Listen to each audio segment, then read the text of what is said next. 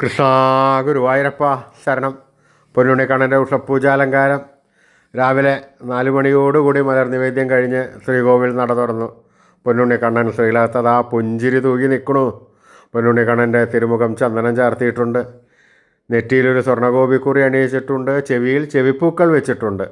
മാറത്ത് ഒരു സ്വർണ്ണത്തിലകവും ഒരു സ്വർണ്ണമാലയും ചാർത്തിയിരിക്കുന്നു. പൊന്നിൻ കിങ്ങിണി കെട്ടി പട്ടുകോണകമെടുത്ത് പീതാംബരപ്പട്ട് ഞൊറിഞ്ഞെടുത്ത് കയ്യിൽ ഓടക്കുഴലും താമരയുമായി നിൽക്കുന്നു. സ്വർണ്ണക്കിരീടം ചാർത്തി കിരീടത്തിന്മേൽ 3 തിരുമുടിമാലകളും 2 വലിയ വനമാലകളും ചാർത്തിയിരിക്കുന്നു.